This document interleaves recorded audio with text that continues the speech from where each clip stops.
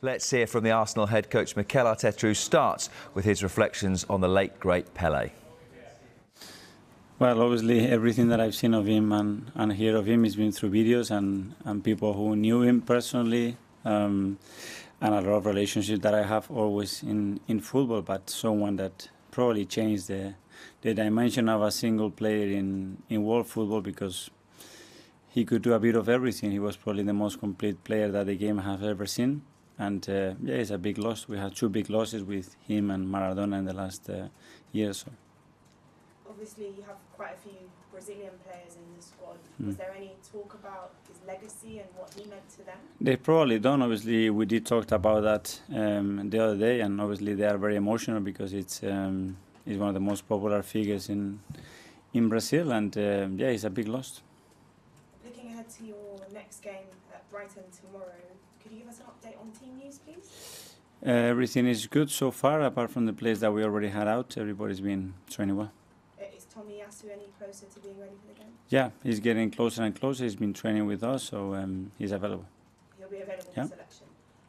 Looking at Brighton, of course, you're already aware of the challenges that they can pose coming up against them in that League Cup. What lessons did you take from that game?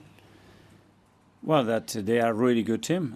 They are playing at a really high level, a team that dominates almost every phase of play that is relevant to dominate a football match. A team that has a lot of confidence and play with a lot of personality. I know the coach really well. He's someone that I follow for a period now, and they're doing really well. I just wanted to ask you about Eddie Nketiah. Of course, there was lots of talk about him following the previous game. Just how pleased are you with him stepping up once again? That's what we need from the players. Obviously, we had a big blow with Gavi, and not having him obviously had a big impact in the team. And we always said that Eddie had the qualities and he needed the opportunity to show that, and he did it again on Saturday. Thank you. All the best. Thank you. James. Mikel, you now know you're going to be top heading into the new year. How does that make you feel?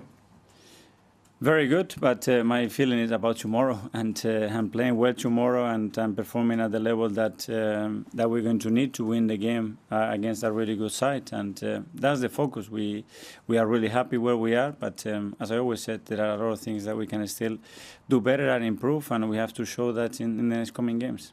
How challenging are you expecting the game to be? Because had quite a difficult record against Brighton in the last few seasons. It is always a really difficult and tricky game.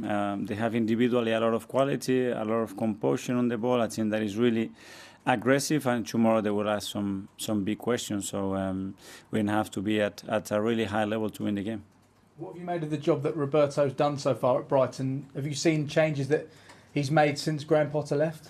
Yeah, every manager has his ideas and is different. You could see a lot of similarities what he did at Sassuolo, what he did at Shakhtar as well, and his way of understanding the game, and he always plays that kind of game. How much closer is Emile Smith Rowe to being part of a matchday squad? Very much.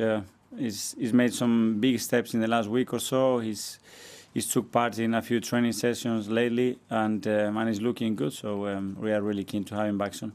No Gabriel Jesus on Boxing Day, but all your front three scored.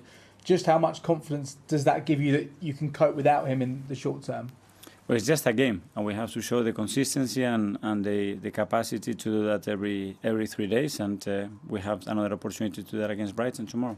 It was a really special atmosphere at the Emirates with Arsene Wenger returning to the club. Are you aware of any plans for a statue to be built around the stadium? It was a great day. It was a really emotional day. Finally happened. It happened in a natural way. I think he got what he deserved, which was a big ovation from our crowd and a really good feeling of welcome from everybody the moment he was around the stadium. So I'm really pleased with that because he absolutely deserves that. And finally for me, Shakhtar Donetsk have admitted they're in talks with Arsenal about the signing of Mudryk. Have you got any indication on that transfer? Is it moving closer, or is it likely to happen? I cannot talk about players that is not Arsenal.